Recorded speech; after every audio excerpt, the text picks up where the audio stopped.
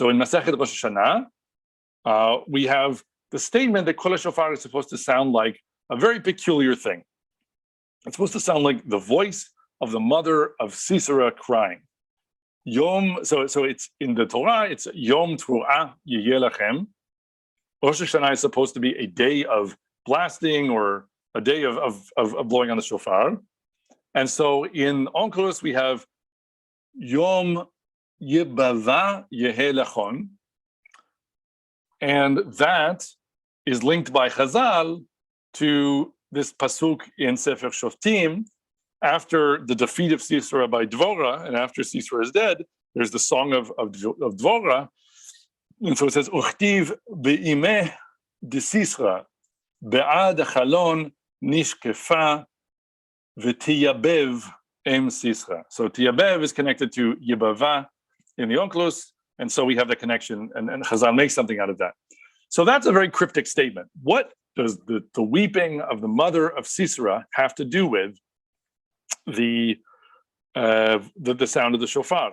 And there are many other things you could say, and they should be said. It should be that when we're at this moment of bechira, of being chosen, of being given the Torah, that we identify with the wailing of the mother of an enemy of our nation in two different ways. On the one hand, in a sense, this is about victory over Sisera and being happy that he was defeated. And in another sense, it's also about universal compassion for humankind.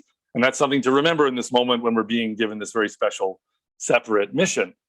So that's all a set of things that you could say about this bit of Masechet Rosh Hashanah. But if you look at the actual narrative that this comes from, what happens in the story that begins with Dvorah and Sisera, and then there's this war, and Dvorah and Barak are victorious, and at the end Sisera is running away from the battlefield, and he hides in the tent of Yael, who is a Kenite, which you might argue actually in an interesting way that the Kenim are descended from the part of Yitro's Midian that met Moshe at Har Sinai and stayed with Bnei Israel and then went with them to Eretz Yisrael. So that's an interesting thread that has suddenly found our way all the way back to Sinai quite quickly. But Yael is this woman who takes him in and pretends that she's hiding him. But then she actually betrays him.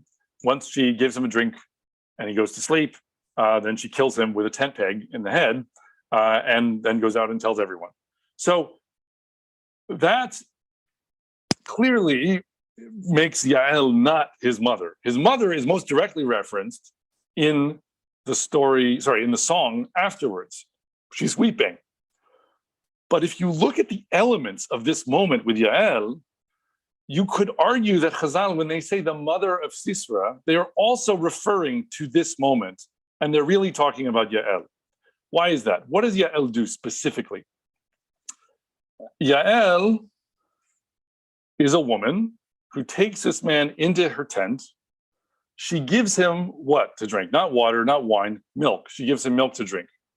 And not milk from a stone goblet and not milk from a bucket, but milk from a skin, specifically. Nod is the word that's used. So she's a woman who gives him milk from her skin, and then he falls asleep. There's a very strong maternal image that suddenly leaps off the page at you when talking about it in these terms. And then what does she do afterwards? She takes a tent peg and she nails his head to the ground with the tent peg in order to kill him. So the word that's used when she nails the tent peg is vatitka, right? Taf, kuf, ayin, right? And when we blow on the shofar, it's called tikiyat shofar. So we have the taf, kuf, ayin of tikiyat shofar here. We also have that her name is Yael. And Yael it happens to be an animal with horns out of which you can make a shofar. And so all of those different elements together suddenly are paralleling this strange statement in Masechet Rosh Hashanah, too much so I feel to ignore and to say it has nothing to do with it. Although I will agree and add that it doesn't have to be that, because there are other things you could say about Sisera's actual mother.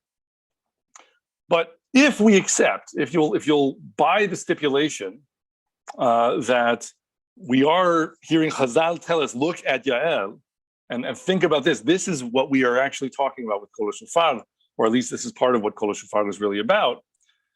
Then there are all these elements we just listed that prove, in a sense, this is about the shofar, the taf kuv ayin, and the fact that she's acting in a motherly way and she's like an animal from which you can make a shofar.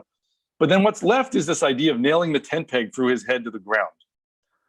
And there, I think, is where we get the other aspect that we've been arguing this whole time, right? That what is Kol HaShofar about? It's about danger, right? The danger of death. And it's about connecting your mind to the details of the whole world and seeing meaning in it. And in this, again, almost cartoonish image, the idea of this guy's head being nailed to the earth with a tent peg, he's connecting his head to the world, right? The biggest thing in the world, which is the ground. And this is happening in this moment that is wrapped in the image of Kol HaShofar. So I think Chazal may be referencing that there's kind of a study in the mechanics of Nevuah that's being in very fine lines delineated for us here, but obviously excavated from a very deep level. And so you may find it convincing, you may not, but I thought it's an interesting way to try to wrap things up. And so with that, I'll close with a final source that really has been kind of the point of this whole discussion, which is from Sefer Dvarim, and it's this very famous one where Moshe is telling us that we too have the opportunity, so to speak, to stand at Har Sinai. V'lo itchem levadchem, he's talking to Bnei Israel in the desert. V'lo itchem levadchem anochi koret et habrit hazot ve'et ha'ala hazot. Not only with you am I making this covenant. Ki et asher yeshno po imanu omed hayom, so those who are standing here with us today, lifnei Adonai Eloheinu, ve'et asher enenu po imanu hayom, and those who are not standing here this day. So that many have already demurred refers to us, right? We were not standing there on that day, but it is also a brit with us.